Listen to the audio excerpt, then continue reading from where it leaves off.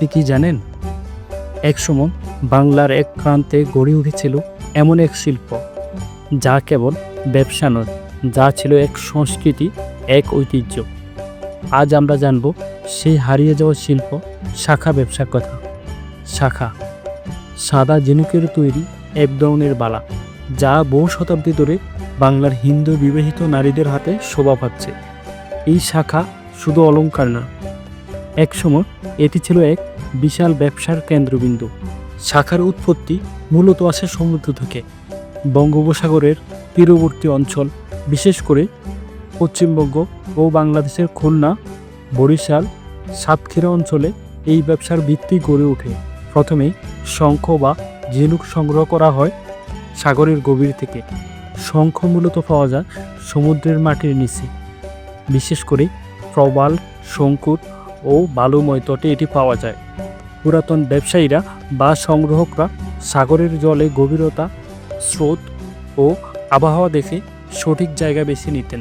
অনেক জায়গায় লোকেরা হাত ও পায়ে ওজন কিছু বেঁধে ডুব দিয়ে ঝিনুক তুলে আনতেন।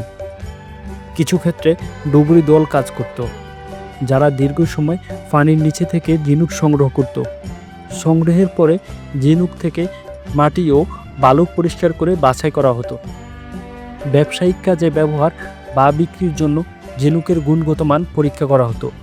সংগ্রহ করার পর সেগুলোকে কেটে পালিশ করে শাঁখায় রূপান্তর করা হতো। এই কাজের জন্য দরকার হতো অভিজ্ঞ কারিগরের, যাদেরকে বলা হতো শাঁখারি। ঢাকার শাঁখারি ফোর্টটি আজও দাঁড়িয়ে আছে ইতিহাসের সেই নীরব সাক্ষী হয়ে। মোগল আমলে এখানেই গড়ে উঠেছিল শাঁখা তৈরির অন্যতম কেন্দ্র। একসময় এখান থেকে শাঁখা রপ্তানি হতো বিহার, উড়িষ্যা, এমনকি উত্তর ভারতের নানা অঞ্চলে। বিয়ের মৌসুম এলেই শাঁখার দোকানগুলোতে লাইন পড়ে যেত। শাঁখা কিনা মানেই ছিল নতুন জীবনের সূচনা। শাঁখা তৈরি ছিল অত্যন্ত সূক্ষ্ম ও সময় সাপেক্ষ।